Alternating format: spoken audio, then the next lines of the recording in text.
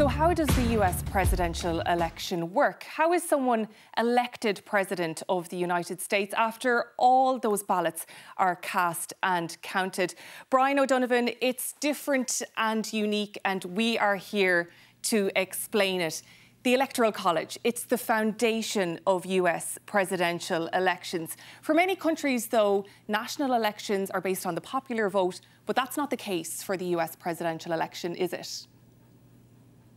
Yeah, quite a different system here in the US, very different to at home in Ireland. Now, it should be said that, like, local, state elections, those kinds of things, that is based on the popular vote and just getting enough votes to win. But when it comes to the US presidential election, it's a very different system. It's all about winning individual states in a system known as the Electoral College. That's because there's a total of 538 Electoral College votes. So you need an absolute majority of that to win the presidency, which is at least 270.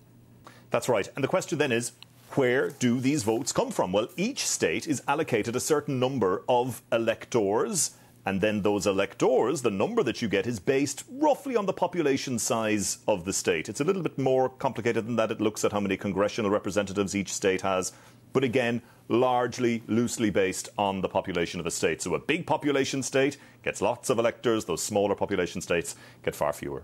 So if we look at the likes of Montana, which has a low population, they have only 3 electoral votes. Whereas if we look at a bigger state like California, they have a larger population and they have 55 electoral votes. So the 4 states with the most electoral college votes are New York with 29, Florida with 29, Texas with 38, and California with 55.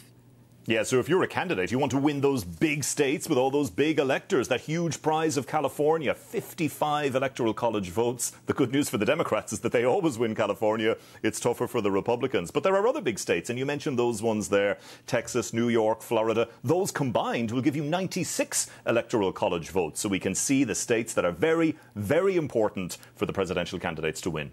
And you say 96 there, that's a third of the 270 needed to be elected president of the United States. So we can see why candidates go to different states and they might pump more money and resources into that state.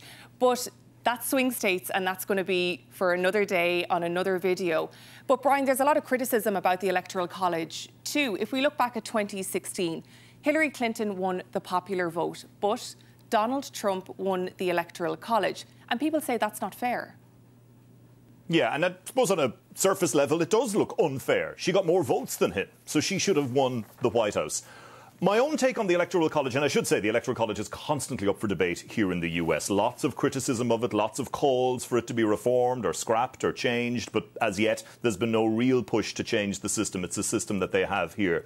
My own take on it is I can see its merits. If you imagine, Jackie, if it was just a case of raw numbers and just winning enough votes, then candidates would just go off and campaign in big populous places like New York, LA, Chicago, Dallas, and they wouldn't bother with the rest of the country because you would just need big numbers, you would just need votes. This way, at least, other states, smaller parts of the country are important, and they do bring something to the table. Now, another criticism, however, of the Electoral College votes is if you look at those tiny states like Montana with their 3 electoral votes, people would say that that's not actually proportional. When you compare it to a big state like California, then you have this tiny state like Montana getting 3. They shouldn't really be getting 3. That's too much.